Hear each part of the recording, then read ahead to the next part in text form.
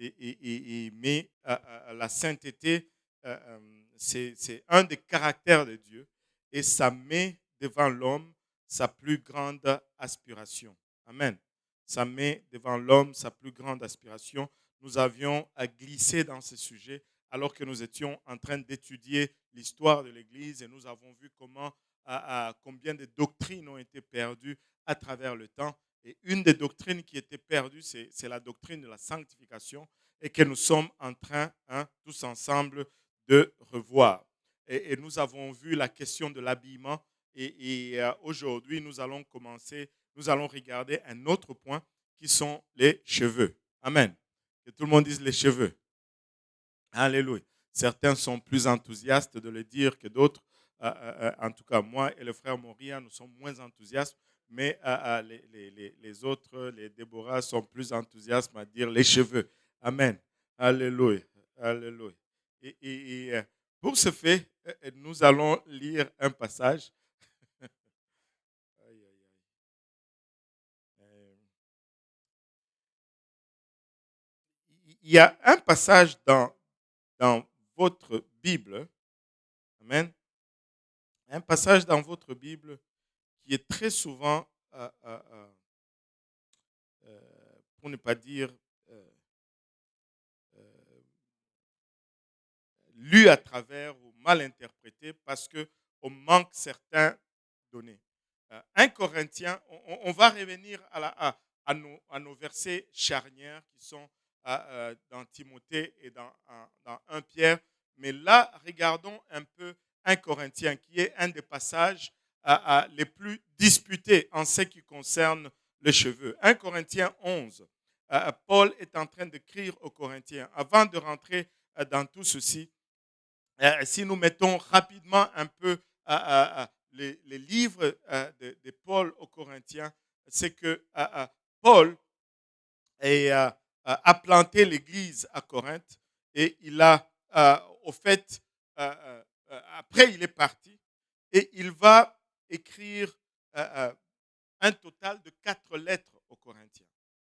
Il y en a 2 qui sont perdues et 2 que nous avons. Au fait, 1 Corinthien et 2 Corinthiens sont en fait 3 Corinthiens et 4 Corinthiens. Et dans ces livres, il adresse plusieurs sujets concernant l'Église à Corinthe.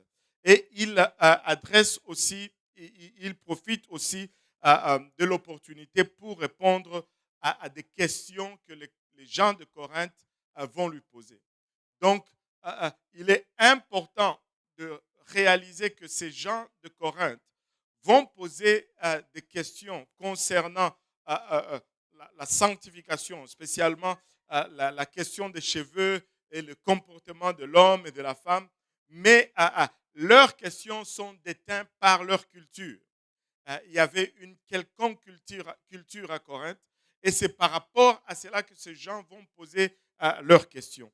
Et si nous ignorons leurs questions, des fois nous allons être légèrement à côté dans la compréhension de la réponse que Paul apporte à leurs questions. Donc il est très important de comprendre et de réaliser que Paul répond à une culture spécifique. Mais il ne va pas adresser juste la culture, mais vu que la question est déteinte par la culture de l'époque, Paul va répondre en considérant la culture de l'époque, mais il va donner des réponses qui sont universelles pour l'Église en tout le temps. Et nous allons le voir. Mais regardons d'abord 1 Corinthiens 11, 1 à 16. La Bible nous dit, Paul est en train de dire aux Corinthiens ici, soyez mes imitateurs comme je le suis moi-même de Christ. En d'autres termes, suivez mon exemple. Comme je fais, faites aussi. Aujourd'hui, nous faisons face à une génération plutôt orgueilleuse. On a de la difficulté à dire, je veux suivre quelqu'un.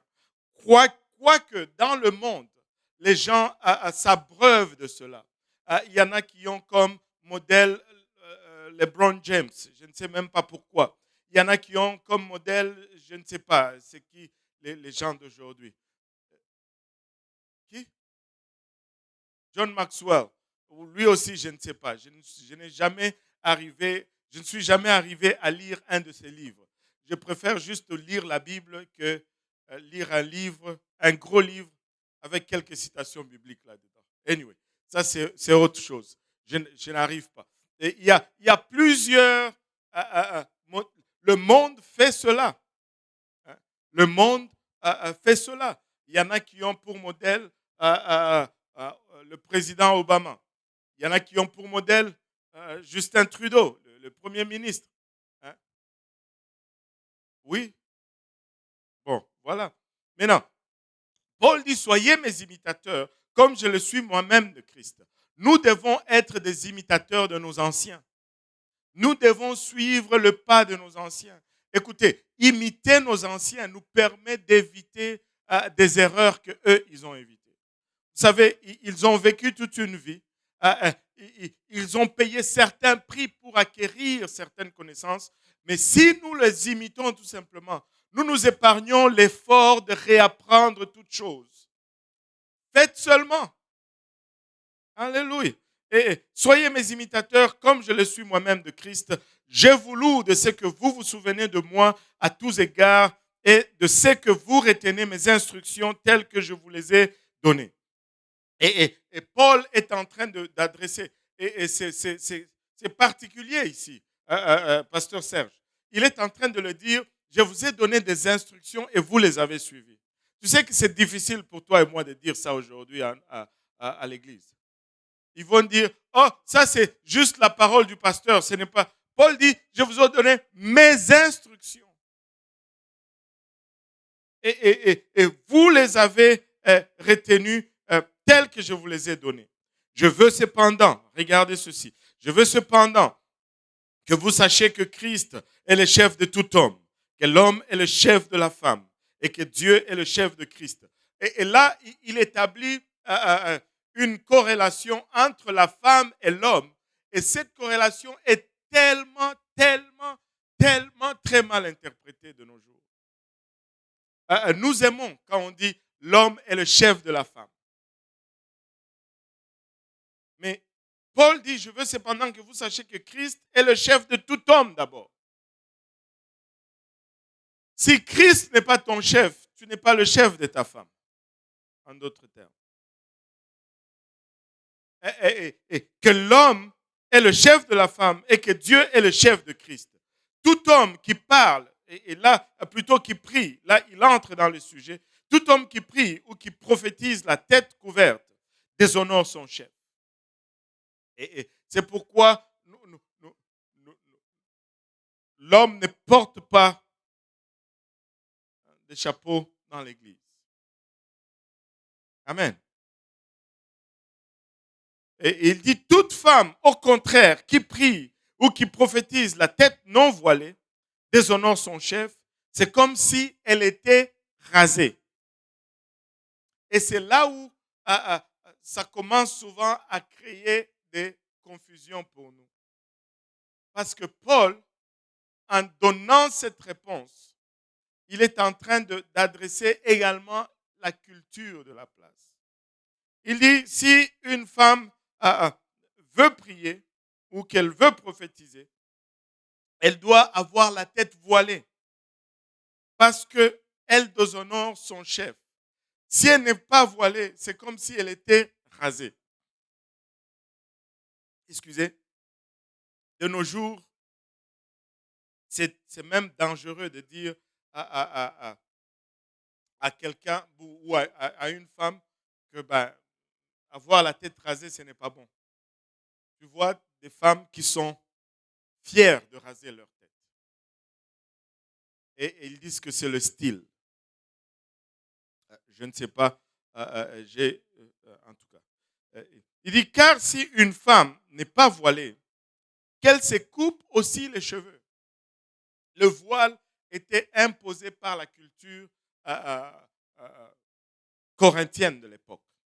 Et il dit, si tu refuses de te soumettre dans cet aspect,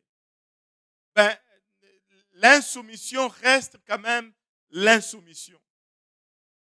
Si tu refuses d'être soumis dans des petites choses, pourquoi tu veux l'être dans de grandes choses. Porter le voile était la culture de Corinthe de l'époque. Ce n'était pas une demande de la parole de Dieu.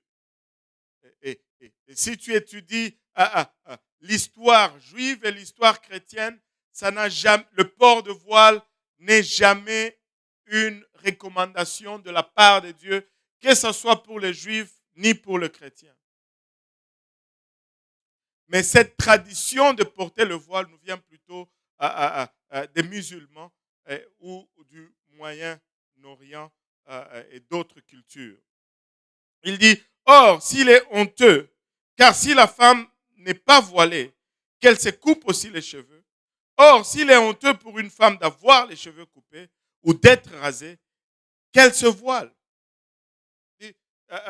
Si c'est une honte pour toi d'avoir les cheveux rasés, alors voile-toi. En d'autres termes, si tu es soumis dans les grandes choses, soumets-toi aussi dans les petites. Il dit au verset 7, l'homme ne doit pas se couvrir la tête puisqu'il est l'image et la gloire de Dieu. Tandis que la femme est la gloire de l'homme. Et en d'autres termes, l'homme est le reflet de Dieu. Et une couverture est toujours une indication de l'autorité sur la personne. Et l'homme étant le reflet de Dieu, et Dieu n'ayant aucune autorité au-dessus de lui, l'homme doit refléter cela par cette manque de couverture. Et la femme, qui est le type de l'Église, doit avoir une marque d'autorité parce que l'Église a toujours une autorité sur elle, c'est-à-dire Christ. Amen. Et il continue en disant, en effet, l'homme n'a pas été tiré de la femme, mais la femme a été tirée de l'homme. Et quand il dit cela, il est en train de solliciter l'ordre de la création. Ce n'est pas une supériorité de l'homme sur la femme, mais c'est l'ordre de la création. Et quand tu vas voir comment Paul répond à la question de sanctification, il va toujours se référer à la création et non jamais à la culture. Il dit, et l'homme n'a pas été créé à cause de la femme, mais la femme a été créée à cause de l'homme. Et il continue au verset 10, et ça c'est le verset qui est souvent à controverse. Il dit, c'est pourquoi la femme, à cause des anges, que tout le monde dise à cause des anges, à cause des anges, doit avoir sur sa tête une marque de l'autorité dont elle dépend. Vous savez, un des principes que tu dois comprendre, c'est celui-ci. L'autorité découle de la soumission. L'autorité découle de la soumission. S'il n'y a pas de soumission, il n'y a pas d'autorité. C'est pourquoi tout à l'heure nous avons dit, si Christ n'est pas ton chef, tu ne peux pas être le chef de ta femme. Ça ne va pas fonctionner. Parce qu'il faut que tu sois soumis à Christ pour pouvoir attirer cette autorité qui te place là où tu dois être. Mais très souvent, nous regardons l'autorité comme juste l'exercice d'un pouvoir. Mais l'autorité, en fait, découle de la soumission. Pourquoi? Parce que c'est l'exercice d'un pouvoir qui est délégué. Le centurion qui était allé demander au Seigneur Jésus de guérir son serviteur, il comprenait c'était quoi l'autorité. Il va voir le Seigneur, il lui dit, mon serviteur est malade. Est-ce que tu peux le guérir? Le Seigneur lui dit, ok, allons-y. Et il dit, attends, Seigneur, moi je suis un homme sous autorité. Il commence par dire, je suis un homme soumis. Et quand je dis à un de mes soldats, va là, il va. Et quand je dis à celui-là, viens ici, il vient ici. Parce que je suis soumis. Et le Seigneur le regarde et dit, ben, quel homme de grande foi, ben, ton serviteur est guéri. L'autorité vient de la soumission. Il n'y a pas beaucoup qui ont été en classe en Afrique. Qui a été en classe en Afrique, là, à l'école en Afrique? Hein? Voilà, beaucoup quand même. Vous savez, quand tu voulais être chef de classe, qu'est-ce que tu faisais? Tu étais soumis à ton prof. Des fois, tu lui apportais du pain avec le bleu blanc. Vous savez c'est quoi le bleu blanc? Oui, cette margarine-là. Il n'y en a pas deux comme le bleu blanc. Aujourd'hui, je suis allé au Congo, ils disent, oh, Blue Band, Blue Band. Je dis, c'est quoi ça, Blue Band? Nous, on n'a pas connu Blue Band. Pour nous, c'était bleu blanc. C'est quoi ça, Blue Band? C'était le bleu blanc.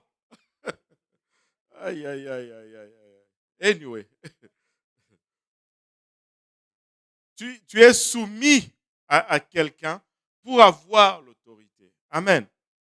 Il dit, en effet, l'homme, plutôt, le verset 10, je disais donc, c'est pourquoi la femme, à cause des anges, que tout le monde dise encore, à cause des anges, doit avoir sur la tête une marque de l'autorité dont elle dépend. En d'autres termes, il dit à cause des anges. Mais à cause des anges, quoi? Paul est en train encore une fois de se référer à la création ici. Vous savez, l'homme et la femme ont été dotés de caractéristiques physiques qui les distinguent. Une femme, tu peux la regarder de loin, tu vas voir que c'est une femme. Amen. Mais les caractéristiques qui les distinguent, il y a de ces caractéristiques que tu ne peux changer et d'autres que tu peux altérer. Au fait, la femme, elle va avoir des rondeurs. La femme, elle va avoir des bassins. Elle va avoir des fesses. Elle va avoir des seins. Et quand tu la regardes de loin, tu dis, ah, ça c'est une femme. Mais l'homme, par contre, ben, il va avoir des mollets. Et quand tu le regardes, il fait dur. Et c'est l'homme.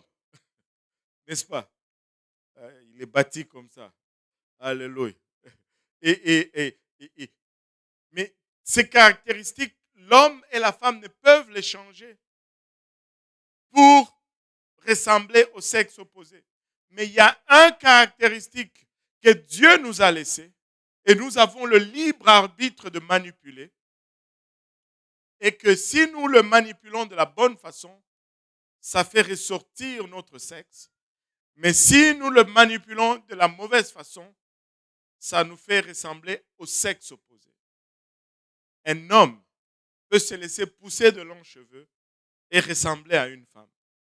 Avez-vous déjà vu des fois sur la route, tu regardes, surtout de nos jours, où tu ne sais plus qui porte le pantalon, tu regardes, tu dis, mais ça c'est un homme ou c'est une femme?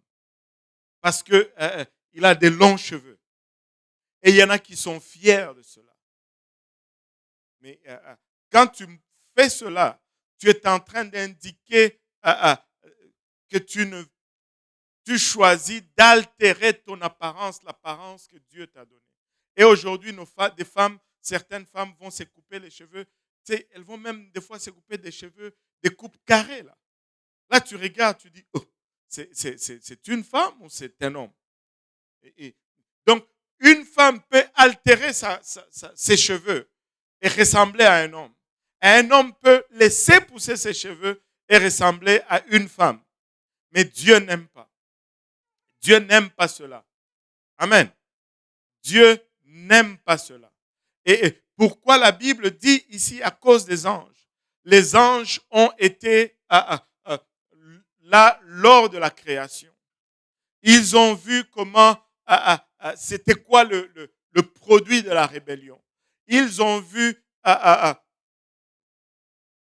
Satan s'est rébellé et ils ont vu les résultats ou la réaction de Dieu par rapport à la rébellion. Et dans le jardin d'Éden, quand la femme a désobéi, ils ont été là et ils ont vu la réaction de Dieu. Et qui croit qu'il y a des anges ici autour de nous? Alléluia. Je crois qu'il y a des anges. Qui croit qu'il y a des démons? Là, il y en a qui ont peur de lever leur main. Alléluia. Maintenant, il y a des anges autour de nous et il y a des démons autour de nous. Et notre attitude va attirer soit les uns ou soit les autres. Allô? Et quand il y a obéissance et soumission à la parole de Dieu, les anges affluent et viennent au secours et en renfort. Mais quand il y a désobéissance et rébellion à la parole de Dieu, les anges se retirent parce qu'ils savent c'est quoi la réaction de Dieu par rapport à la désobéissance ou à la rébellion. Et ils se retirent et ils ne veulent pas faire partir de cela. Et ainsi, une femme qui laisse une marque de son autorité sur la tête, une femme qui ne coupe pas ses cheveux, une femme qui laisse ses cheveux pousser sans jamais les couper, est en train de dire tout haut, je me soumets à l'autorité de Dieu. Et quand les anges voient cela, ils affluent et ils interviennent, alléluia, dans sa communauté, dans sa famille et dans tout ce qu'elle entreprend. C'est un privilège, une place d'honneur que les anges occupent, plutôt que les femmes occupent. Et Paul, quand il nous décrit cela, il dit ceci au verset 11. Toutefois, dans le Seigneur, après avoir dit que la femme est pour qu'il n'y ait pas de confusion, qu'on ne pense pas que c'est une question de supériorité ou d'infériorité, il vient et il adresse cela au verset 11. Il dit, toutefois dans le Seigneur, la femme n'est point sans l'homme, ni l'homme sans la femme, car de même que la femme a été tirée de l'homme, de même l'homme existe par la femme, et tout vient de Dieu.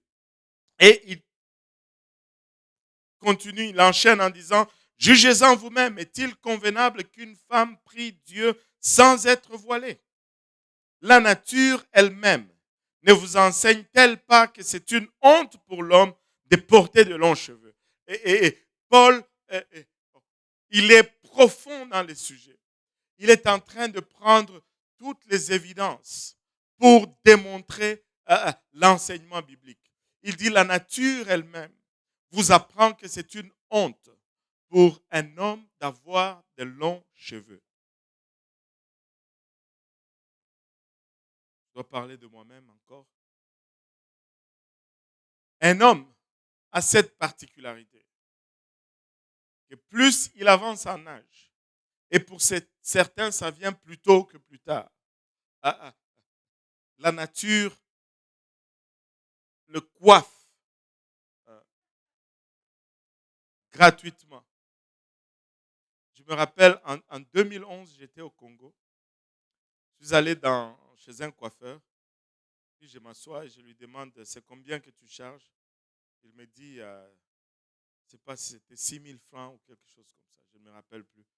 Et j'ai dit, OK, mais moi, comme j'ai la calvitie, tu dois me faire moitié prix parce que c'est juste la moitié de la tête que tu vas raser. Il a souri et il m'a rasé. Et il pensait que j'étais sérieux parce qu'à la fin, je lui ai dit, OK, combien je te dois? Il me dit, bon, vous pouvez me donner 3 000 francs. J'ai dit, non, non, non, je blaguais seulement. Prends ton argent. Il était prêt à me faire payer la moitié de la tête parce que, anyway, il me coiffait la moitié de la tête. Si la nature avait coiffé l'autre moitié. Alléluia. L'homme, naturellement, perd ses cheveux. Mais c'est une condition qui n'est pas féminine. Une femme qui fait une calvitie, c'est toujours signe d'une maladie. Mais moi, je ne suis pas malade.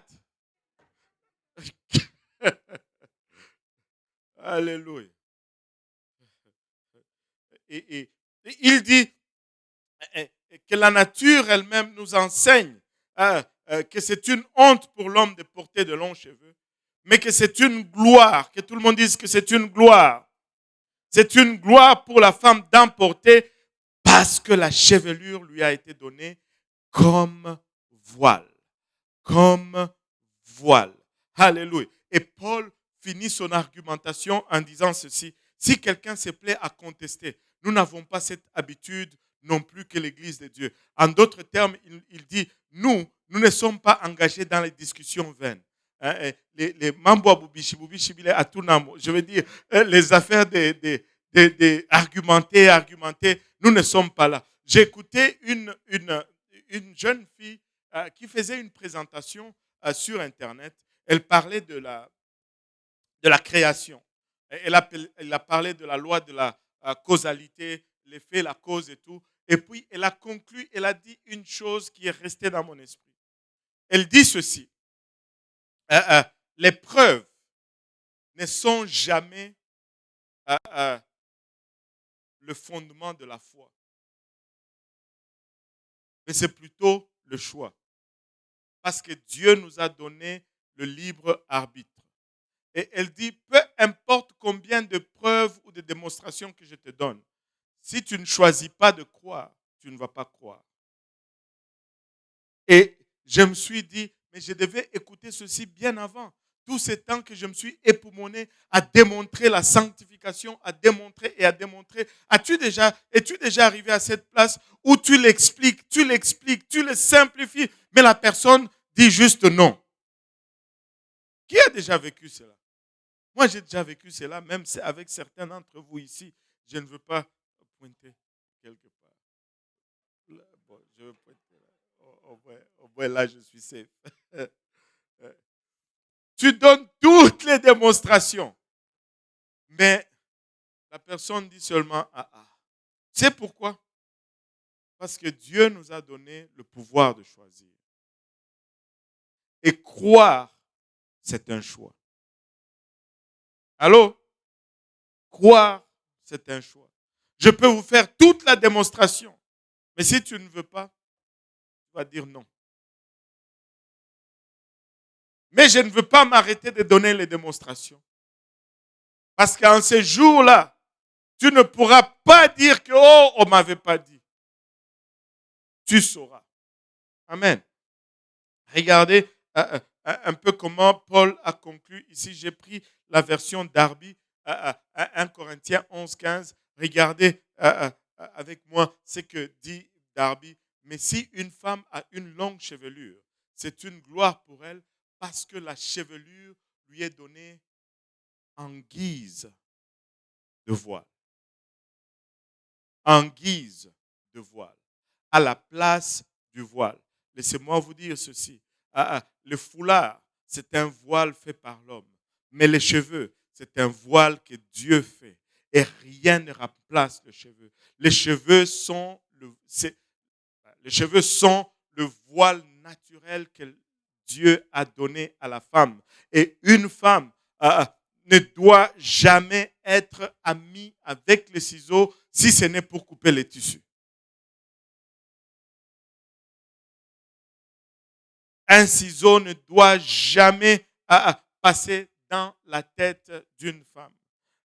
Il dit, certains vont dire, mais pasteur, quand mes cheveux poussent, tu sais, au bout, ça fait comme des fourches et puis ça ne pousse plus. Est-ce que je peux au moins couper le bout? Je dis non, je ne peux pas. Enfin, la Bible dit non. Parce que la Bible utilise deux mots bien spécifiques. Amen. Et regardez avec moi le verset 6. Car si une femme n'est pas voilée, qu'elle se coupe aussi les cheveux. Tout le monde dit se couper. C'est une chose. Or, s'il est honteux pour une femme d'avoir les cheveux coupés ou d'être rasée, la Bible utilise spécifiquement les deux méthodes. Couper, c'est-à-dire enlever une partie. Raser, c'est couper à ras la cuir chevelure. Les ciseaux ne sont pas des amis de femmes si ce n'est pour leur tissu. Amen. Donc, si tu as un ciseau pour couper les cheveux chez toi, femme, va prendre un gros marteau et écrase ce ciseau parce que tu te prives d'un grand pouvoir que Dieu t'accorde. Alléluia. Que Dieu t'accorde.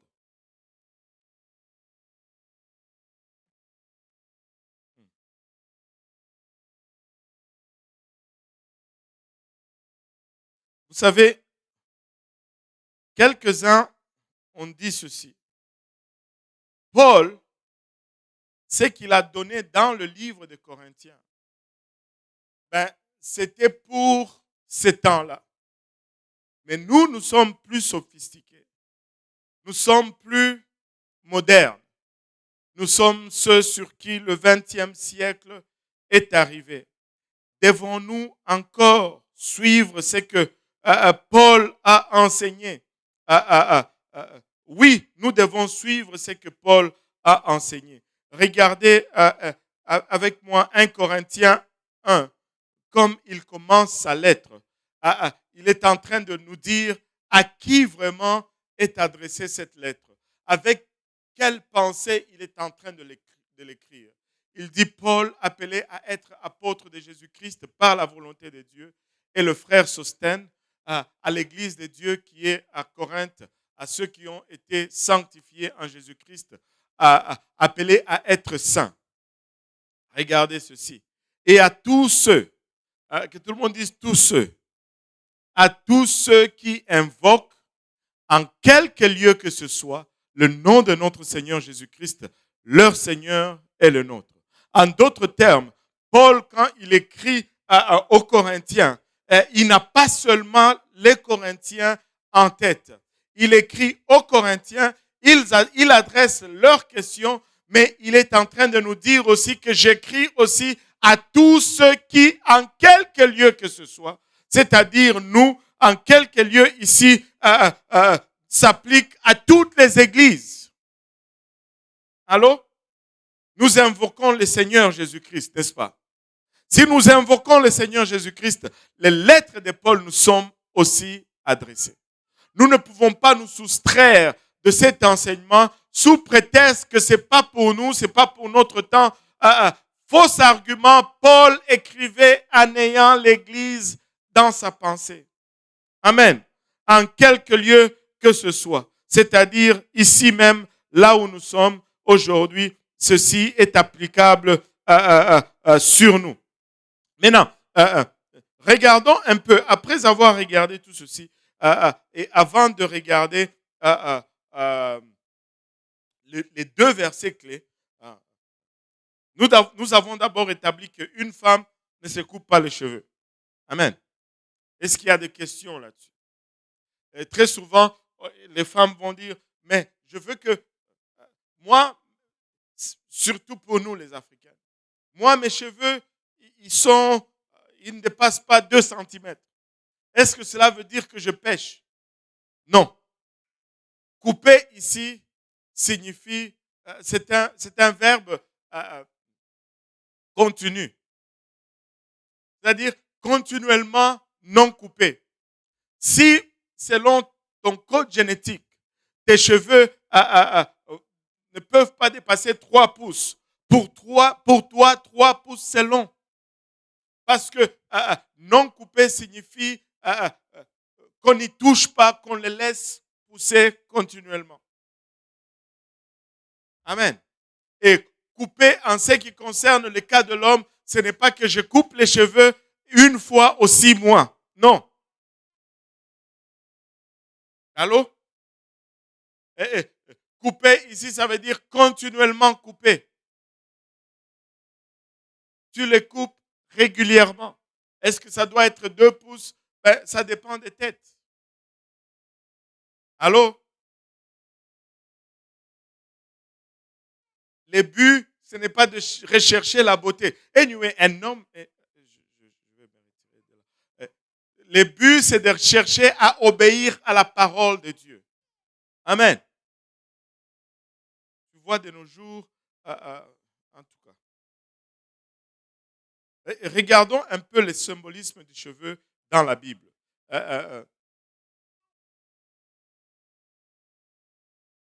Plusieurs personnes vont dire, ben, je vais obéir seulement au commandement direct de Dieu. Les symboles n'ont pas d'importance pour Dieu. C'est moi vous dire que les symboles sont très importants pour Dieu. Très, très importants. Tous les fêtes qu'Israël observait étaient symboliques. Allô? Regardez, Moïse a été refusé d'entrer dans la terre promise à cause d'un symbolisme. Amen.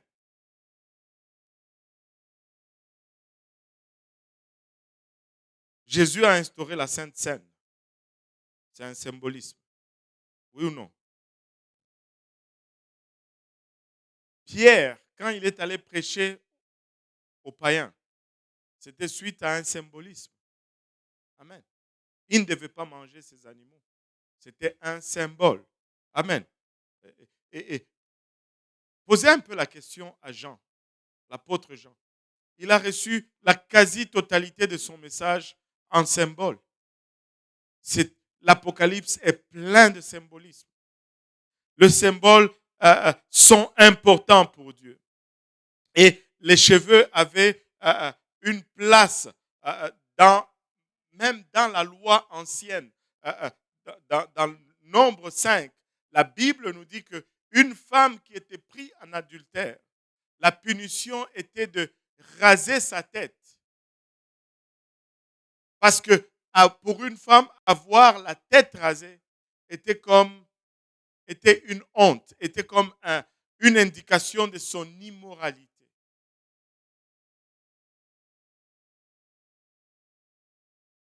Jusqu'à tout récemment, on n'avait pas dans les découvertes historiques, il n'y avait pas de découverte d'images des Israélites. À cause de leurs croyances, ils ne faisaient pas de représentation d'eux-mêmes. Mais ce n'est que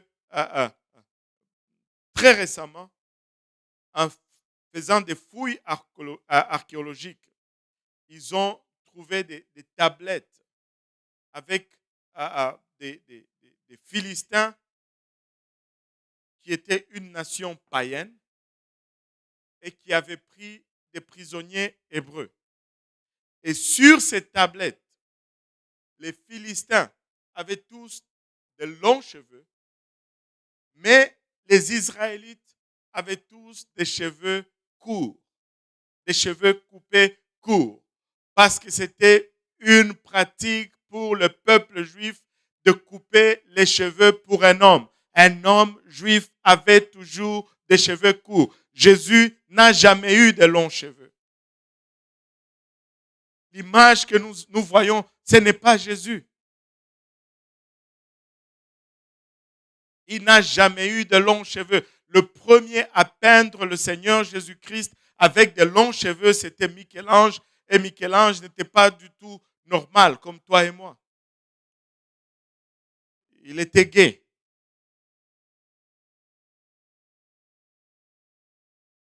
Si vous lisez la description du Seigneur dans le livre d'Ésaïe, il a des cheveux courts. Il n'a pas de longs cheveux.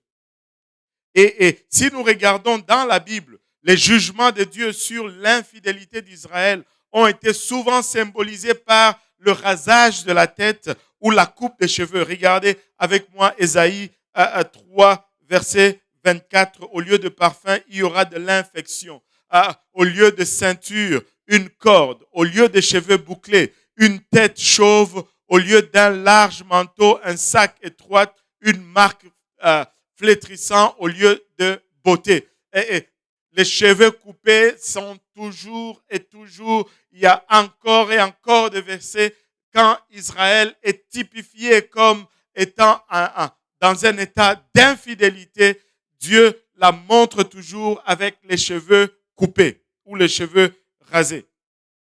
Alléluia. Il n'y a pas un seul verset dans toute la Bible qui semble favoriser une femme coupant ses cheveux. Pas un seul verset. Pas un seul verset. Ça, c'est du point de vue biblique. Mais nous pouvons le regarder aussi du point de vue historique. Alléluia. Euh, les cheveux ont toujours une signification spirituelle. Même si aujourd'hui, on tend n'est pas à reconnaître cela. Pour nous qui venions d'Afrique, qui est-ce qui va admettre quand on était au pays, quand on te coupait les cheveux, il fallait que tu ramasses tous tes cheveux. Il y en a qui ne jouaient même pas, ils brûlaient leurs cheveux. Qui brûlait les cheveux? Bon, là, d'autres allaient les jeter dans la toilette. On ne coupait pas les cheveux et les laissait comme ça. Il fallait jeter ça quelque part où le sorcier ne va pas trouver cela. Allô? Parce qu'il y a une signification aux cheveux. Amen.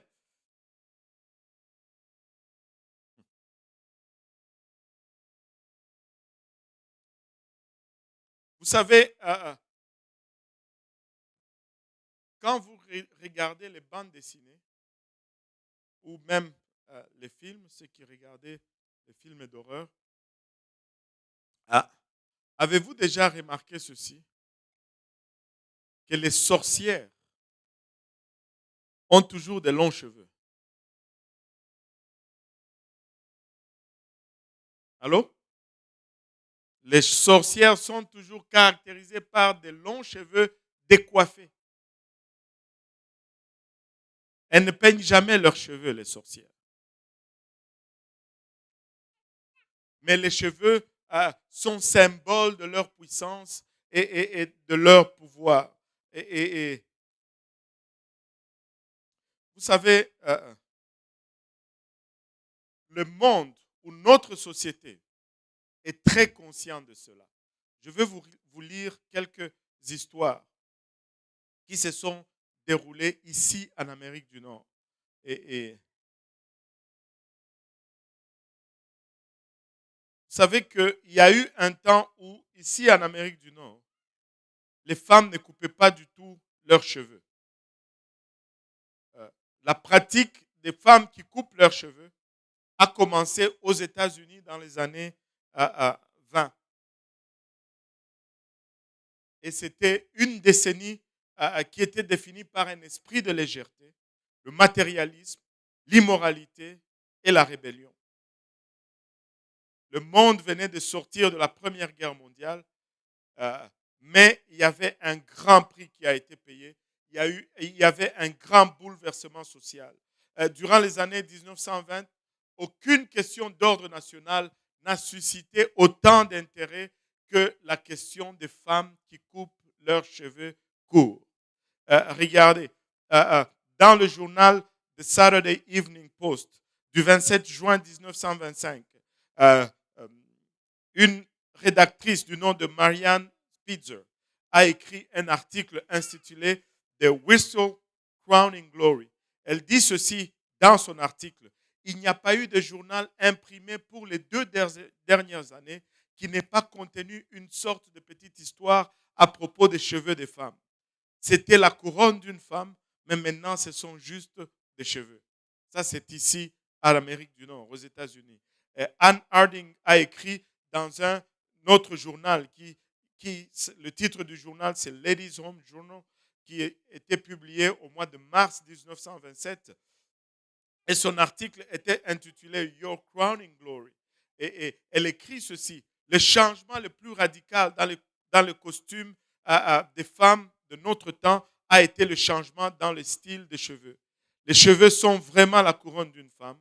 Ces cheveux demeurent encore l'élément le plus révélateur de son apparence. Et maintenant, les cheveux courts sont considérés comme chics.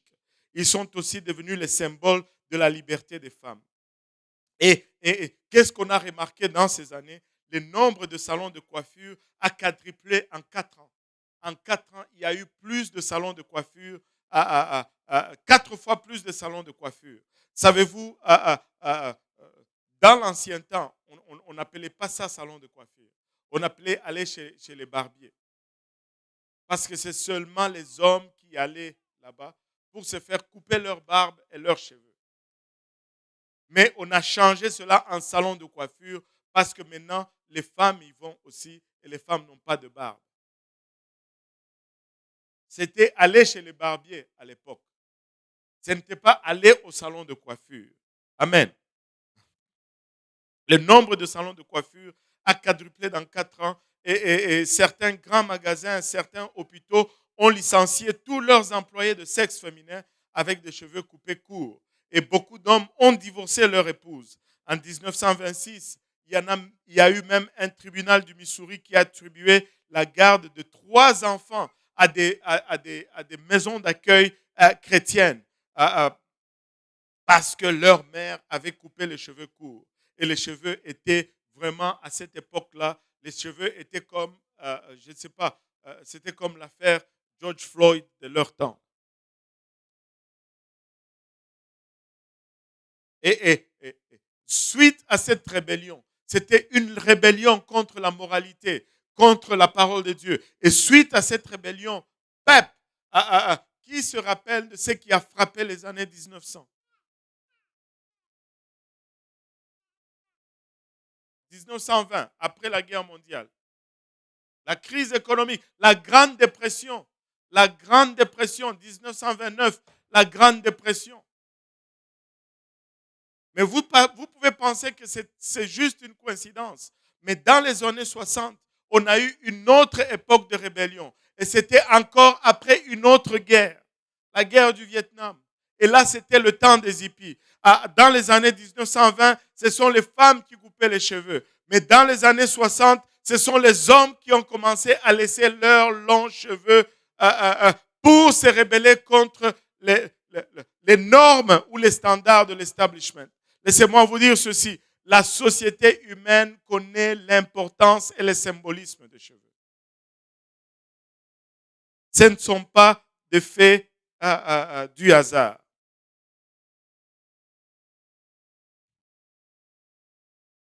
Ce ne sont pas les faits du hasard.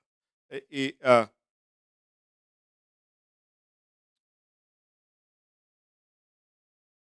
il y a beaucoup de choses que nous pouvons dire sur les longs cheveux et une femme. Laissez-moi vous lire quelques articles. Juste, si nous, les chrétiens, nous pouvions reconnaître la signification vraiment des cheveux. Regardez, l'encyclopédie de la superstition. Il existe une encyclopédie de la superstition. De la superstition des folklores et des sciences occultes du monde. À la page 282, dit ceci. Les cheveux de femmes sont des plus précieux amulettes et écartent un grand nombre de maux et maladies. C'est ce que les sorciers se disent.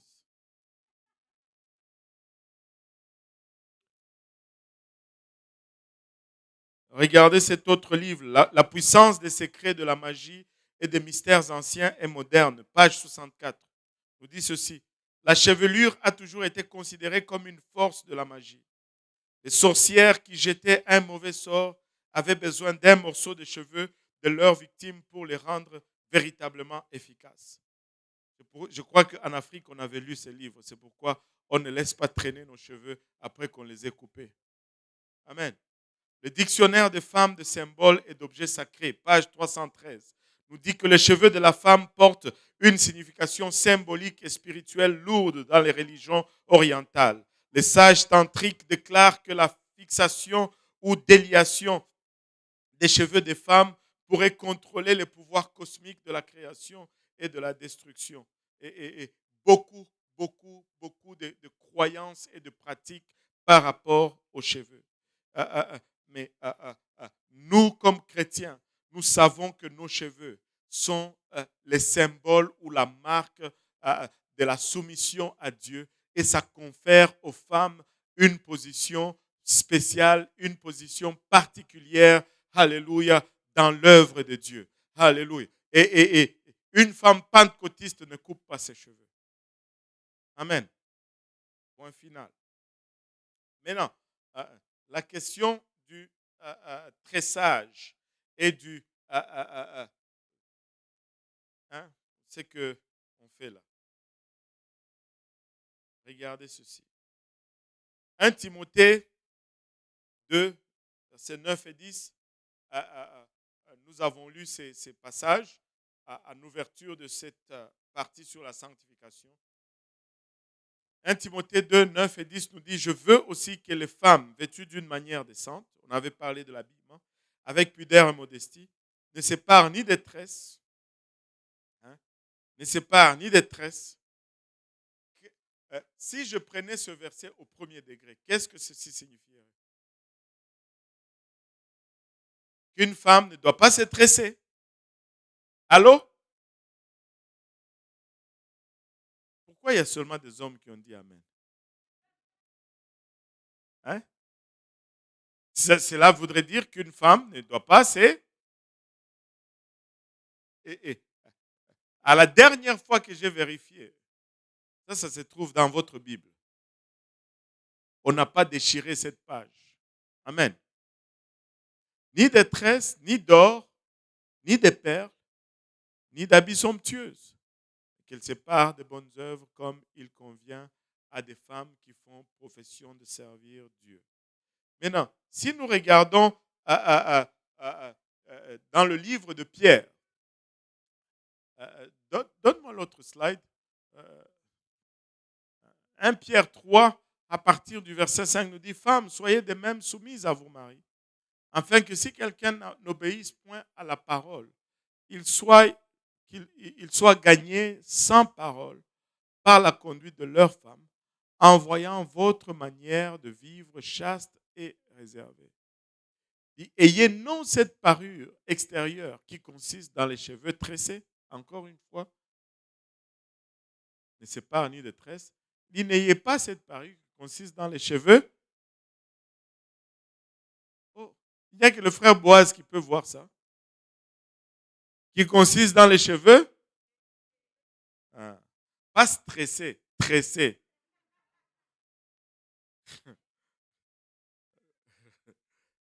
Dans les cheveux tressés, les ornements d'or ou les habits qu'on revêt. Mais la parure extérieure, et ainsi de suite. J'ai oublié d'envoyer ça au pasteur Yannick, désolé. Bon, voilà. Regardez ceci. Et quand j'avais lu ces passages, je l'ai aussi compris au premier degré qu'une femme ne devait même pas twister ses cheveux là. Parce que ça veut dire tresser. Amen. Tresser, c'est tresser. Point final. Si on ne tresse pas, si la Bible dit on ne tresse pas, qu'est-ce qu'on fait? On ne tresse pas. Mais j'ai regardé les deux passages en anglais. Le premier passage dans 1 Timothée, ça dit broided, non pas braided. Le deuxième passage de Pierre, ça veut dire, ça parle de cheveux plaqués. Oui, en anglais, ça fait plaited hair. C'est comme un plaquage. Encore, que ça soit brodé, qui est broided, ou plaqué, c'est toujours question d'ajouter soit une mèche extérieure quand c'est brodé, ou une cellule autre que la matière originale quand tu plaques quelque chose. Donc, en d'autres termes, la parole de Dieu est très claire là-dessus. N'ajoute rien dans tes cheveux. Parce que de toutes les façons, c'est du faux. Allô? N'ajoute rien. Ne brode pas tes cheveux. parlez-moi un peu. C'est quoi le brodage? Quand tu brodes, tu prends un tissu, cette couleur, tu prends des fils qui sont de différentes couleurs et tu commences à les faufiler dans les tissus en faisant un dessin pour embellir la nappe, n'est-ce pas? Chez nous, on a beaucoup de nappes brodées parce que on met des nappes au salon. Chez nous, quand tu vas au salon, il y a des nappes sur la table et les mêmes nappes sur les fauteuils. Qui se rappelle de cela? La belle époque. Alléluia. Et c'était toujours des nappes brodées. Et ça devait être un ensemble. Et des fois, maman changeait les ensembles. Mais ça, c'est brodé. Il y a ajout d'une mèche extérieure. Ben, si tu dis, ben, moi, je ne suis pas d'accord avec ça, c'est correct. Mais c'est ce que la parole de Dieu dit. Parce que si tu dis que ce n'est pas les mèches ajoutées, alors tu ne devrais même pas te tresser les cheveux. Amen. Tu devais juste les peigner et puis c'est fini. Vers un chignon. Et c'est fini. Écoutez, je peux vous faire toutes les démonstrations que vous voulez. Je peux aller, et moi j'ai fait cet exercice. Vous avez eSword, faites l'exercice. Allez cliquer sur les mots grecs et regardez l'origine du mot. Voyez ce que ça vous donne. Mais la foi n'est pas basée sur les évidences. Je peux vous donner toutes les évidences, mais vous devez malgré tout choisir de croire. Amen. Et donc, nous n'allons pas ajouter ces choses dans nos cheveux. Et les femmes africaines vont dire, ben, moi, mes cheveux sont courts, j'ai de la difficulté. Vous savez, ça va dans les deux sens. La femme africaine se plaint de ses cheveux qui ne peuvent pas grandir plus qu'une certaine longueur. Vous savez, la femme blanche, elle pleure aussi parce que ses cheveux n'arrêtent pas de grandir. Et ça atteint une longueur, elle ne sait pas trop quoi faire avec. Donc celle qui a les cheveux courts ne sait pas trop quoi faire avec. Et celle qui a des cheveux longs ne sait pas trop quoi faire avec. Mais si les deux se mettent en tête qu'elles veulent plaire à Dieu avec leur chevelure, vous savez quoi? Dieu est maître dans l'art de nous surprendre. Dieu est maître dans l'art de nous surprendre. Il cherche des femmes qui vont être obéissantes. Et je vais conclure avec ceci. Vous savez, nous aimons tous la puissance de Dieu, n'est-ce pas? Allô? Nous aimons la puissance de Dieu. Nous aimons les démonstrations. Nous aimons le fruit de l'esprit. Ou plutôt les dons de l'esprit. Mais savez-vous que la démonstration de la puissance de Dieu n'est jamais la marque de notre spiritualité. C'est notre soumission qui est la marque du degré de notre spiritualité. Plus tu es spirituel, plus tu es soumis. Ce n'est pas plus tu es puissant, plus tu es spirituel. Non, non, non. C'est plus tu es soumis à Dieu, plus tu es spirituel. Et si nous sommes cette Église qui ne recherche pas à être conforme à ce monde, et écoute, les styles viennent et ils passent. Mais nous avons une destination à atteindre.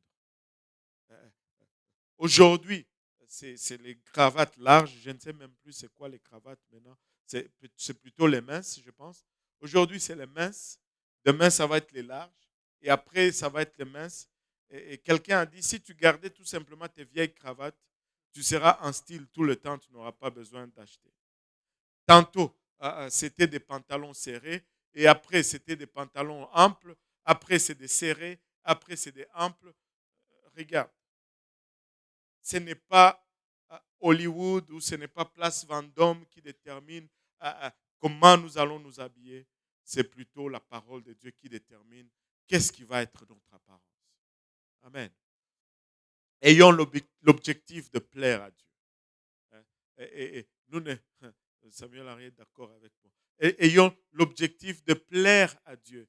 Ne cherchons pas à être acceptés dans ce monde, mais cherchons plutôt que Dieu nous accepte. Cherchons plutôt que Dieu nous accepte. Amen. Alléluia. Qui veut que Dieu l'accepte ici? Oh, alléluia. Alléluia. Qui ne veut pas que Dieu l'accepte?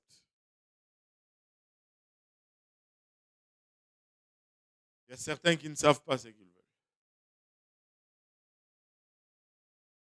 Qui veut que Dieu l'accepte? Qui ne veut pas que Dieu l'accepte?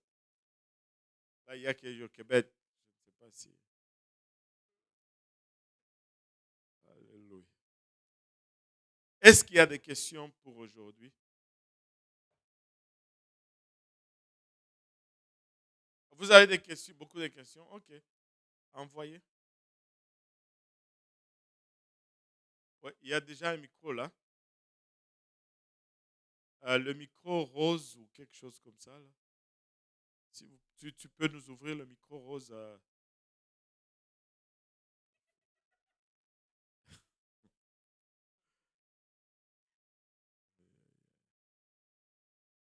Montre-lui le micro. Yoann, tu peux juste ouvrir les.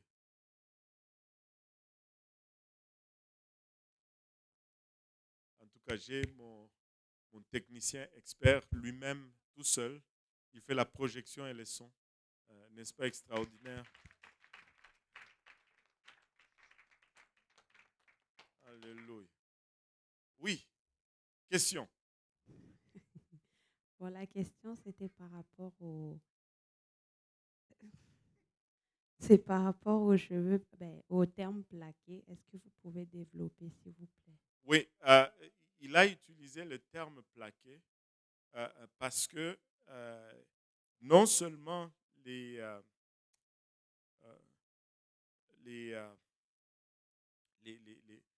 les femmes romaines de l'époque utilisaient des mèches. Il y avait différentes sortes de mèches. Euh, ceux qui étaient riches utilisaient de mèches en fil d'or. Et ils mettaient cela dans les cheveux. On appelait ça plaquer les cheveux. Ok, donc c'est pas mettre le gel dans les cheveux. Non, non, c'est pas mettre le Bon, gel dans les cheveux. amen. Oh, Maman Nangaï, c'était loin. Oh Seigneur, je ne l'ai pas vu venir celle-là. Ouf! Aïe, aïe, aïe.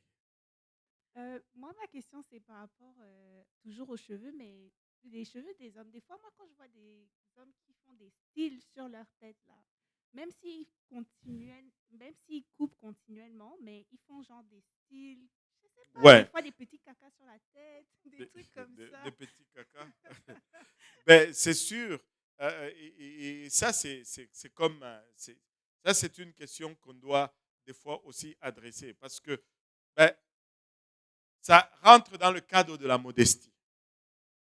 Il faut être modeste. Modeste signifie qu'il n'attire pas l'attention. Mais quand un homme commence à traiter ses cheveux de sorte que ça attire l'attention, ce n'est pas modeste, même si c'est court. Allô?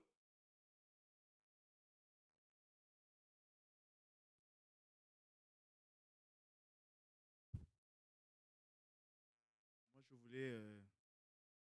Tu vois, je vais juste clore. Il y a quelque chose qui vient de me passer en tête. Ces jeunes hommes-là qui se promènent avec des brosses dans leur poche arrière de pantalon et qui mettent des foulards pour dormir la nuit afin que leurs cheveux soient ondulés, là, ce n'est pas du tout apostolique. Ce n'est pas du tout apostolique. C'est un homme qui commence à prendre du temps pour son soin comme ça, c'est efféminé. Lève-toi, peigne tes cheveux. Des fois, pars au travail, même si tu as oublié de peigner tes cheveux. Tes cheveux sont tellement rangés que, waouh! Aide-nous. Et tu commences à dormir avec des foulards sur la tête. Chut. Comment ils appellent ces foulards? Les wavy nether. Ça s'appelle un do-rag. Un quoi? Do-rag. Do-rag. Ça semble comme un yo man. Et la dernière fois que j'ai vérifié, yo man, ça ne rime pas avec apostolique. Allô? Ouais. Bon, pardon, frère Valérie, je ne voulais pas oublier cela. Je vais commencer par l'observation. C'était mercredi passé. J'étais en train de réfléchir pendant que vous étiez en train de conclure le message. Ça, c'est juste. Moi, parfois, quand je réfléchis, c'est un peu comme ça. Ça donne ça. Je me disais que, parlant de l'habillement de la femme, le pantalon et toutes ces choses-là. Et toi, tu vas me ramener là. Bon, ok, vas-y. Ouais, juste rapidement. Aujourd'hui, on parle des cheveux et tout ça là. Ben, je me rends compte que si nous sommes arrivés à ce point-là, c'est quelque part, vous allez me dire si je me trompe, c'est quelque part parce que l'homme n'a pas joué son rôle. Je regarde un peu à l'exemple du jardin avec Adam. Je vois un peu dans le livre de Juges aussi. Quand Déborah s'est élevée, c'est parce que la Bible dit les hommes étaient sans force en ce temps-là. Donc je me dis que quelque part, la responsabilité de l'homme, il n'a pas joué son rôle et puis on est rendu là. Non, ma question est par rapport aux cheveux aujourd'hui, c'est que euh, les défrisants là, pour les femmes, Ouais. ça coupe aussi les cheveux, non? Ouais. Ça je n'ai pas mentionné cela. Merci de l'avoir mentionné. C'est pas bon, les défrisants. C'est la chose la plus détrimentale qu'une femme peut mettre dans ses cheveux. Ce sont des produits tellement toxiques que si ça touche ta peau brûle. Et ça donne le cancer. Et tu mets ça dans ta tête. Et laissez-moi vous dire, je l'ai observé encore et encore et encore et encore. Une femme va travailler longtemps pour garder ses cheveux naturels, ses cheveux poussent. Et pour quelconque raison, elle va vouloir que ça paraisse plus long. Elle met les défrisants. Au début, ça va être bon. Ah, elle est toute fière. Mais demain, il faut qu'elle ajoute encore les défrisants. Et tranquillement, tu vois ses cheveux en train de finir. Et tu vois, des fois, les femmes développent une espèce de calvitie à cause de ces produits chimiques qui sont des produits très, très forts. Tu n'aimais pas ça. C'est pas bon. C'est pas bon. Ça détruit ta peau. Ce n'est vraiment pas bon. Euh, Même les teintures. Les teintures aussi sont des produits cancérigènes. Ne mets pas de teinture dans tes cheveux. Même si tu commences à vieillir, tu commences à avoir des cheveux blancs. C'est beau les cheveux blancs. C'est Dieu qui l'a fait comme ça, que quand tu vieillis, parce que quand tu vieillis, ton teint pâlit. Ta peau devient plus pâle. Et pour qu'il n'y ait pas un grand contraste, tes cheveux commencent aussi à pâlir. Mais toi, tu teins, comme un de nos prédicateurs disait, tu teins tes cheveux noirs, noirs, noirs. Ta peau est pâle, pâle, pâle. Tu ressembles à un zombie qui marche vivant. Là. Parce qu'à un certain âge, ça ne matche plus là, avec ta peau. Laisse. Nous sommes tous passants. Oui, une question? En fait, j'avais une question. C'est par rapport à nos mamans à l'Afrique. Des fois, avant de dormir, genre, ils prennent leur cheveux, ils les peignent, puis là, ils prennent un fil, genre, il fait comme des petits bâtons Des dans la tresses, tête. des Ouais. bâtons, des petits bâtons. Je sais pas, mais moi, encore comme chez moi, des fois, ma soeur fait ça aussi. Donc, Ok. je voulais savoir, est-ce que Toi, tu veux accuser ta soeur là. je sais pas, mais je sais pas si c'est bon ou pas. En fait, je Ben, voulais juste savoir. je ne vois aucun problème avec ça. Premièrement, elles font ça, et puis le matin, elles se lèvent, elles sortent sans cela. Et c'est en Afrique, il y en a qui vont faire des modèles élaborés de tout cela, et ça va être un tissage particulier. Mais laissez-moi vous dire ceci. Quand elles font ça, il n'y a aucune impression de faux là-dedans. Il n'y a pas, euh, comment on appelle ça, Euh, une fausse publicité, en fait. Regarde, je te vois tous les jours, j'ai l'impression que tu as des cheveux jusque-là. Là, on se marie. Après la lune des miel, on va pour dormir. Je vois que tu enlèves la moitié de tes cheveux, tu mets sur l'armoire. Tu m'as menti, là. Tu m'as menti. Tu as fait de la fausse publicité. C'est de la fausse publicité. Allô? Donc, tu sais, je peux me tromper là-dessus, mais je ne vois pas euh, de, de problème avec ça.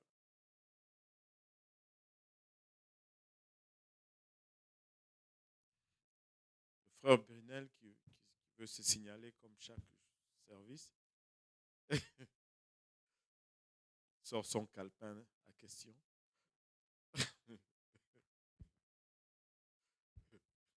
Merci, pasteur. En Alléluia. fait, ma question de ce soir, par rapport à, c'est par rapport à l'habillement, l'apparence, avoir une apparence genre décente comme la Bible l'exige. J'aimerais bien que vous puissiez élaborer un peu genre, en ce qui concerne les comportements, certaines habitudes ou motivations. Parce que vous avez souvent mentionné ceci lorsque vous enseignez sur la sanctification, que certains vont s'habiller d'une certaine façon pour être, par exemple, acceptés. Parce que moi, j'ai vécu dans le passé comme avec un groupe de gens qui mettaient trop l'accent sur l'apparence.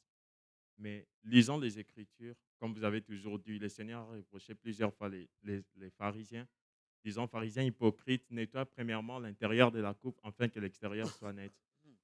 Maintenant, j'aimerais bien que vous puissiez comme nous Ouais. aider un peu avec certains comme comportements, motivations ou Ben, comment ce qui touche comportement, je l'habillement, pense que par ça va exemple. être. Mais je vais vous donner juste le principe. Ok? Et le principe, tu vas l'appliquer à tout. Et le principe, c'est celui-ci. Le principe, c'est qu'on enseigne, peu importe quelle chrétienté, on enseigne que quand tu donnes ta vie au Seigneur, tu reçois l'Esprit de Dieu, ben, ton intérieur est pur. Maintenant, à la lumière de la parole de Dieu, et même dans le bon sens humain, si l'intérieur est pur, l'extérieur doit être aussi pur. Alors, on ne peut pas avoir l'intérieur pur et puis laisser l'extérieur impur. On a toujours donné cet exemple. Si je prenais un verre d'eau et que je le lavais bien à l'intérieur, hein, bien lavé à l'intérieur, mais à l'extérieur, je mettais un peu de caca de bébé et que je te donne un jus de mangue 100% naturel, est-ce que tu vas le boire? Mais l'intérieur est pur. Si j'ai lavé l'intérieur, mais parce que l'extérieur est sale, tu ne veux rien avoir avec cela.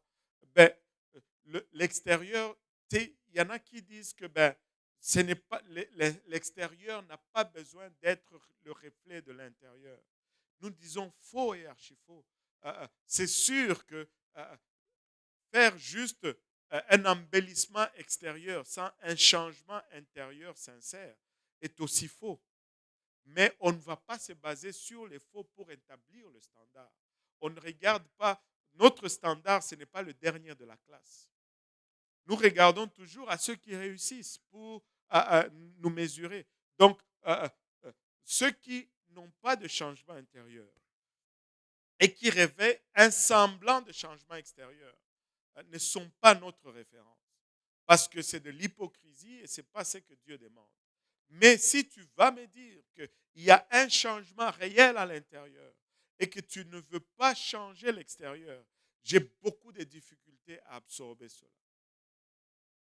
Parce que Jésus ne peut pas, comme le dirait un de nos anciens, Jésus ne veut pas rester renfermé à l'extérieur. Il ne veut pas être pris en otage. Il veut être visible. Il veut être vu. Que votre lumière luise ainsi dans le monde et que le monde le voie et qu'il glorifie votre Père. Quand il voit comment tu as changé, waouh! Regarde Maureen. Avant, elle était comme ça, mais maintenant, elle est comme ça. Waouh! Dieu est grand. Regarde, je ne sais pas, Simplice. Avant, il était comme ça. Il mettait des yeux. Et maintenant, il est classe, J. Peignel. Et waouh! Et les gens disent, waouh, il y a un changement là. Mais si toi, tu restes avec tes vêtements de gangster, c'est difficile à témoigner de ton changement intérieur. Dieu demande ce changement intérieur, intérieur et extérieur. Nous ne faisons pas la promotion de l'hypocrisie extérieure sans le changement intérieur. Non, nous disons, il y a changement intérieur, il doit y avoir changement extérieur. Parce que nous avons lu que la sanctification s'est passée dans les 3 parties, le corps, l'âme et l'esprit, n'est-ce pas? Donc, c'est ça le principe. Il y aura toujours des gens qui vont être hypocrites. Ça va exister toujours, toujours. Et il y a d'autres qui ne sont même pas hypocrites, mais qui sont dans le processus. Ils viennent de recevoir Christ, mais le changement n'est pas toujours instantané. Des fois, ça prend du temps avant de comprendre certaines choses.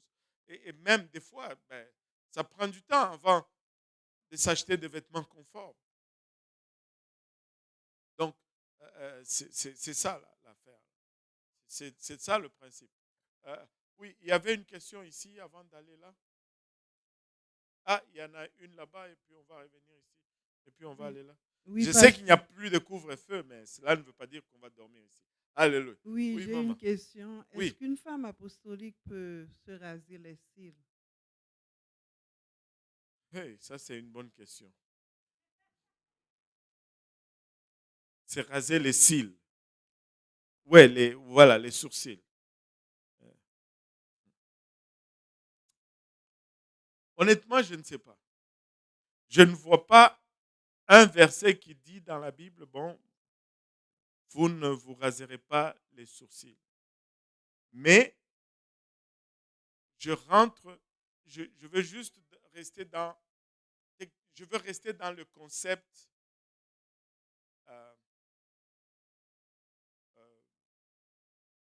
je veux rester naturel. Parce que si je rase les sourcils, maintenant je fais quoi après? Je mets des crayons. Et là, ça devient du maquillage. On va parler du maquillage la semaine prochaine. Et ça, c'est pas. Dieu ne veut pas qu'on fasse ça. Donc, on va faire des recherches sur les sourcils. Et on va parler dans le maquillage. Hein? Amen.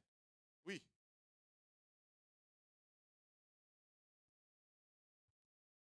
Ma question, c'est par rapport à 1 Corinthiens 11.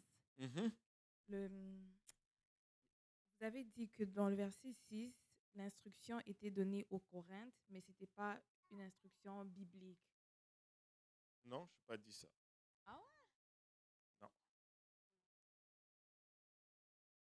J'ai dit que c'était une instruction donnée aux Corinthiens parce qu'ils ont posé une question. Mais quand Paul donne sa réponse, dans son élément de réponse, il faut faire la part qui regarde la culture des Corinthiens, parce que leur question était ceci. Au fait, Corinthe, la culture de Corinthe, les femmes portaient des voiles, les voiles, les foulards. C'était ça la culture corinthienne. Et quand la chrétienté est arrivée, il y avait 2 problèmes dans l'église de Corinthe. Le premier problème, c'est que les femmes disaient que parce que nous sommes libres, nous n'avons plus besoin de porter le voile. Ce faisant ainsi, elles se mettaient à contre-pied de la culture de l'époque. Paul est en train de leur dire, Mais vous devez quand même vous soumettre à cela parce que la soumission dans les petites choses, c'est la même chose que la soumission dans les grandes choses. Et ce n'est pas un péché pour eux, ce n'était pas un péché de ne pas mettre le voile.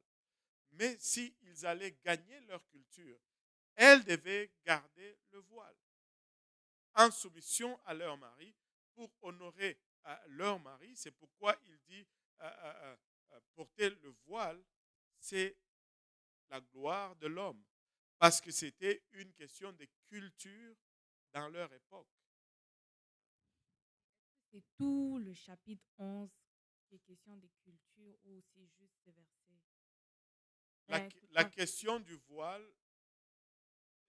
est culturelle. Le voile est culturel. Et c'est pourquoi il finit en disant, ben, les cheveux sont donnés à la femme à la place du voile. Maintenant, si on était dans un pays musulman, on était en Afghanistan par exemple, on allait vous dire portez le voile. Pas parce que ça nous conduit au ciel, mais parce que on veut gagner les Afghans au Seigneur. Mais qu'on soit en Afghanistan ou à Saint-Laurent, il n'y a pas beaucoup de différence, remarquez. Non, et on doit, tu ne peux pas couper les cheveux parce que c'est une question de la nature qui remonte à la création. C'est pourquoi on n'exige pas de porter le voile. Certaines personnes vont interpréter cela dans le sens que toutes les chrétiennes doivent porter le voile, mais ce n'est pas ce que Paul était en train de dire. Oui. Oui, pasteur, ma question touchait un peu la modestie à propos des coupes de coiffure et tout. Et ça a sauté dans mon esprit un peu plus tard concernant les couleurs maintenant.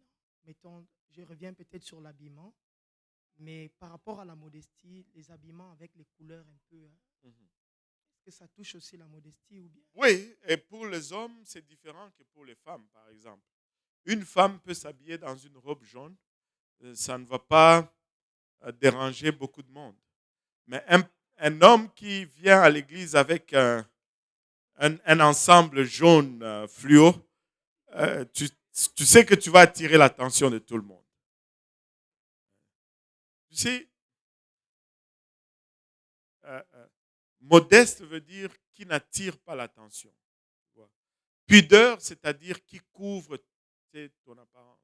Et quand on commence à parler de modestie, honnêtement,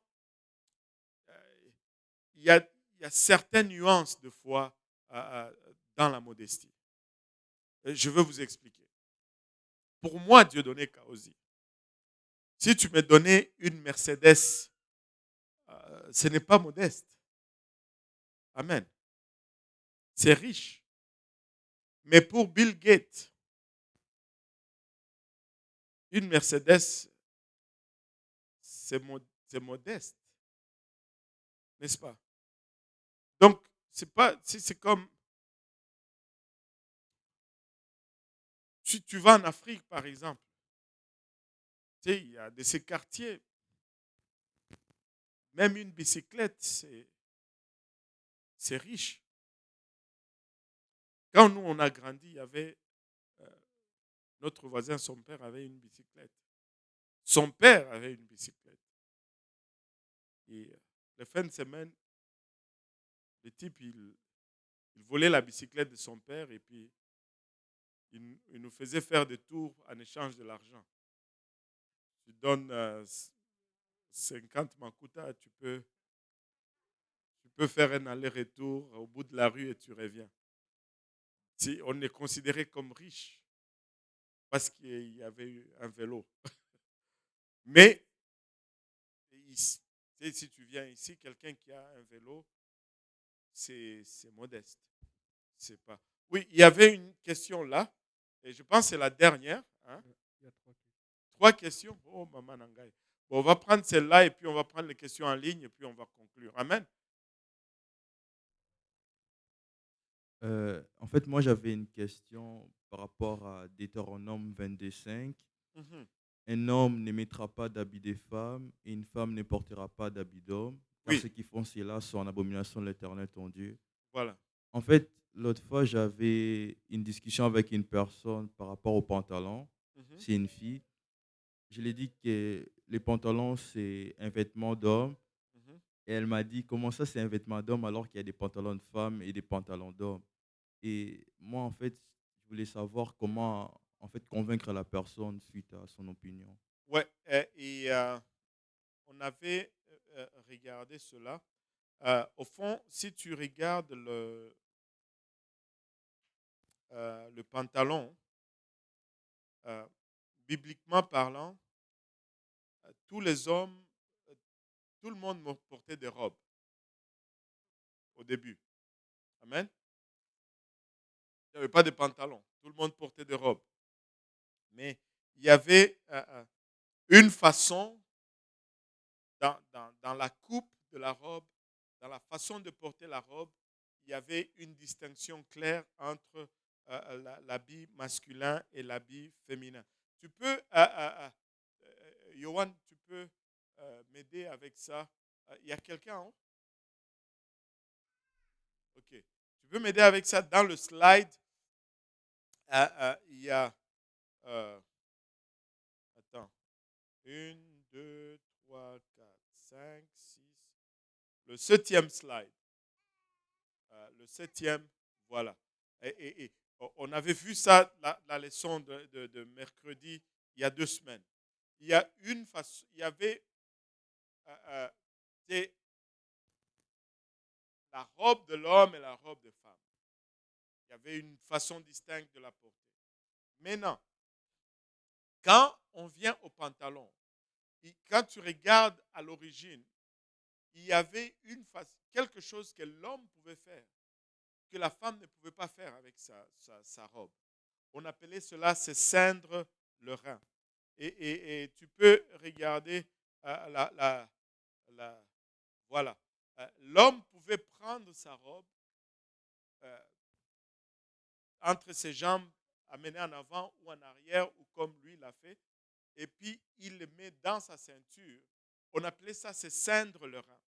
Et cela faisait un effet pantalon. Au fait, quand on parle de pantalon, on parle de la séparation des jambes plus haut que les genoux. La Bible dit que c'est indécent pour une femme de montrer la séparation de ses jambes plus haut que les genoux. Une femme ne peut pas se ceindre le rein. Se ceindre le rein est un type masculin. Job dit, dans le livre de Job, Dieu dit à Job, ceins-toi le rein et montre-moi si tu es un homme. C'est de ce dicton-là que nous avons, c'est de ce passage-là que nous avons les dictons familiers qui dit, par exemple, as-tu déjà entendu ceci? C'est elle qui porte le pantalon dans la maison.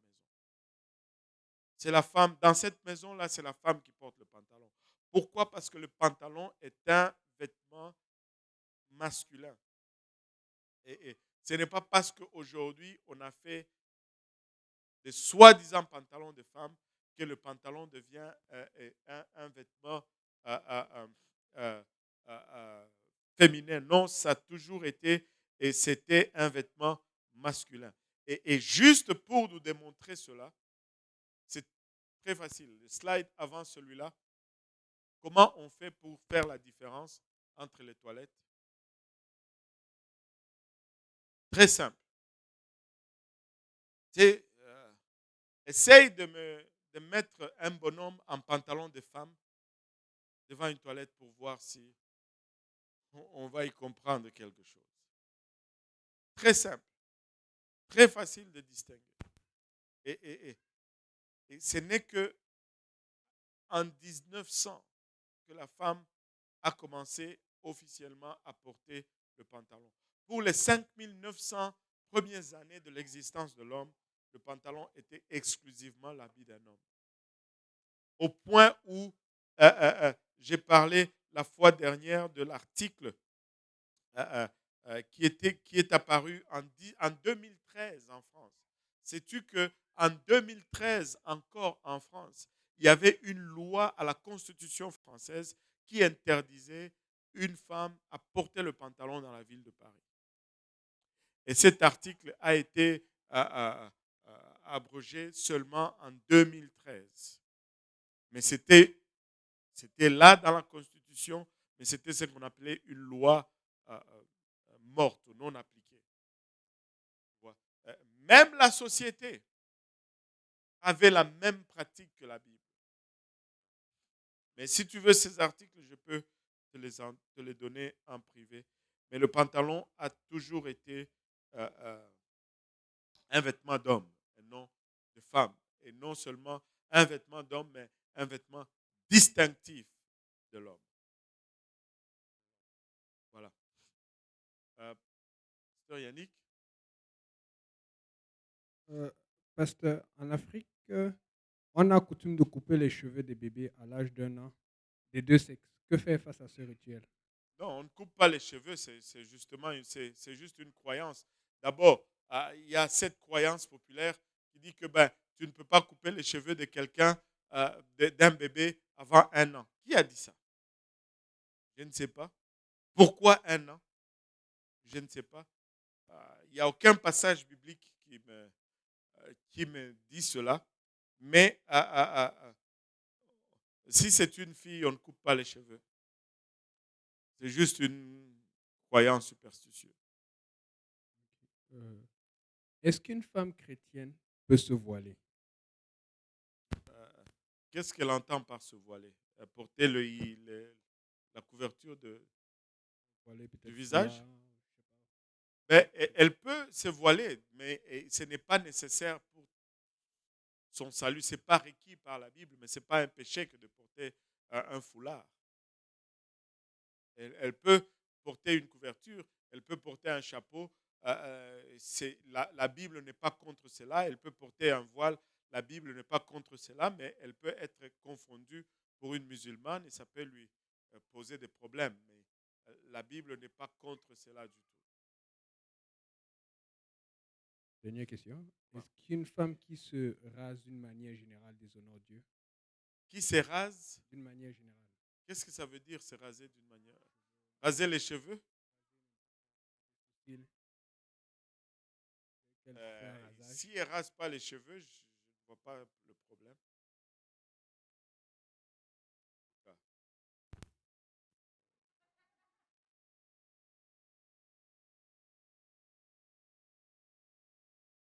Ça devient des problèmes de standards dépendamment des places. Ici, vous venez ici, on nous dit, une femme ne doit pas avoir de poils.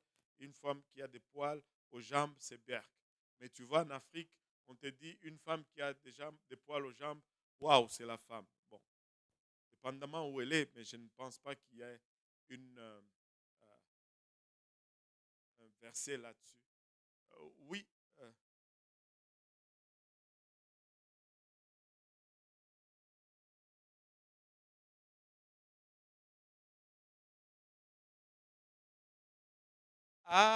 Il dit que si tu ne coupes pas les cheveux, ça empêche les bébés de parler.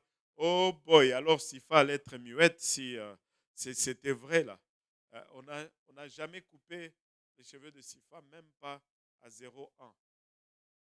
Elle a parlé même avant, bien avant. Donc, que tu coupes, si tu coupes les cheveux, en tout cas. 4 mois, on a coupé les cheveux de David et il parle. Donc, c'est pas. Voilà déjà 2 cas qui débankent ce mythe. C'est un mythe. En Afrique, on a beaucoup de croyances comme ça. Couper les cheveux de bébé à 1 an, sinon il ne va pas parler. Ouf, c'est loin. Mais ça n'a rien à voir. Il peut même parler plus vite si tu lui coupes les cheveux. Parce qu'il va être là. Acha! Alléluia. Amen. Donc, c'est bon, hein, il est 21h05. Hein, je ne sais qu'il n'y a plus de couvre-feu, mais on doit quand même aller dormir, n'est-ce pas? Alléluia. Et si on se levait tous ensemble? Alléluia. Si on...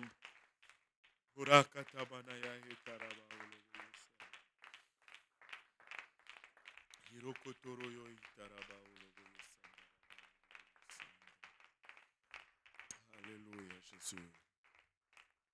Alléluia, Seigneur. Alléluia, Jésus. Alléluia. Alléluia. Nous pouvons élever nos voix vers le Seigneur. Prions tous ensemble. Père, nous te rendons grâce, Seigneur, pour ton amour, ta bonté et ta fidélité. Nous te remercions, Éternel, pour le privilège que nous avons eu. Papa, d'être ensemble dans ta présence, Seigneur. Merci pour la croix. Merci pour ton sang versé, Seigneur. Merci pour ta miséricorde qui se renouvelle jour après jour, Papa. Père, nous prions, Seigneur Jésus-Christ, que tu mettes en nous encore une fois un désir plus grand d'être agréable, Seigneur. Papa, il a bachata que ces choses que nous apprenons, Papa, que ça ne soit pas juste, Papa, des choses vaines ou des choses à argumenter, Seigneur, mais que nous puissions, Père, le mettre en pratique et nous rapprocher davantage de toi, Seigneur. Nous voulons, Papa, être à ta ressemblance, Seigneur. Aide-nous tous ensemble, nous te prions. Garde-nous maintenant, nous prions sur notre chemin de retour, Papa. Préserve-nous de tout danger.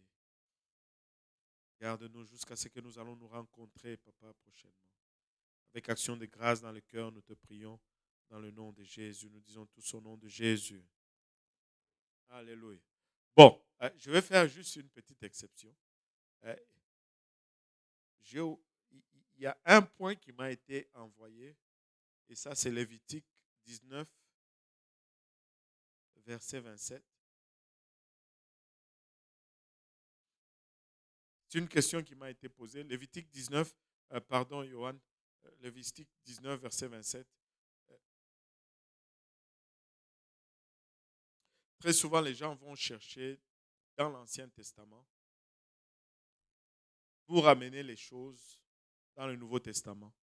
Mais très souvent, quand ils font ça, ils sont très sélectifs. La même personne qui va te dire, voilà, nous devons avoir la barbe et couper le coin de la barbe, blablabla. Mais ils vont chercher ça dans l'Ancien Testament. Mais quand il est question de la dîme, ils vont dire non, non, non, ça c'est l'Ancien Testament.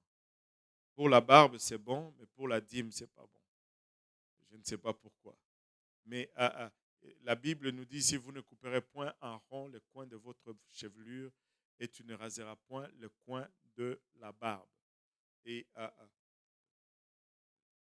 ça ne s'applique pas à nous, tout simplement, parce que tout ce que on regarde, tous les standards de sainteté qu'on a regardés, ce sont des commandements directs du Nouveau Testament que nous expliquons en voyant cela aussi bien dans l'Ancien Testament que dans le Nouveau Testament. Mais la barbe n'en fait pas partie. Si tu veux suivre cela, Paul va te dire, ne sois pas légaliste. Parce que nulle part dans les standards de sainteté, dans la Nouvelle Alliance, on nous parle de la barbe. Il n'y en a pas, tout simplement. Mais tout ce que nous soulignons, c'est parce que le Nouveau Testament nous le demande. Les apôtres nous le demandent. Et nous sommes fondés sur la doctrine des apôtres, Jésus-Christ étant la pierre angulaire. Donc, c'est une question comme parmi tant d'autres. Il y a beaucoup d'autres lois dans l'Ancien Testament. Tu ne pouvais pas porter des vêtements avec deux fibres de nature différentes. Et on ne fait pas cela. Aujourd'hui, nous avons le polyester, le coton 30% et laine. Ce ne sont pas, la parole de Dieu ne nous demande pas cela. Il y avait une raison pour cela. Il y avait des enseignements là-dedans. Mais ces choses-là ne sont pas demandées comme un commandement pour nous qui sommes dans l'Église. Amen. Donc, ce n'est pas nécessaire d'avoir une barbe. Allô? Alléluia. Donc voilà la question de la barbe. Que le Seigneur vous bénisse. Je l'avais tout simplement oublié, mais je voulais juste le souligner avant de partir.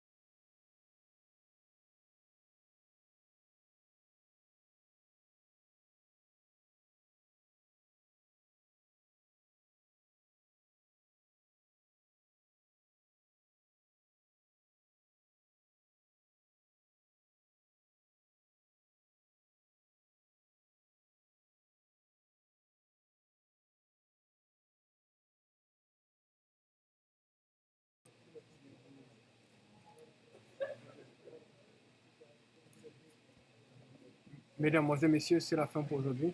Merci d'avoir été avec nous. Prochaine diffusion demain à partir de 19h avec l'église de Pierrefonds avec le pasteur Serge Toa. Et puis demain aussi à partir de 19h avec l'église de Granby avec le pasteur Vincent Auger. Que Dieu vous bénisse, le frère Yannick. Au revoir.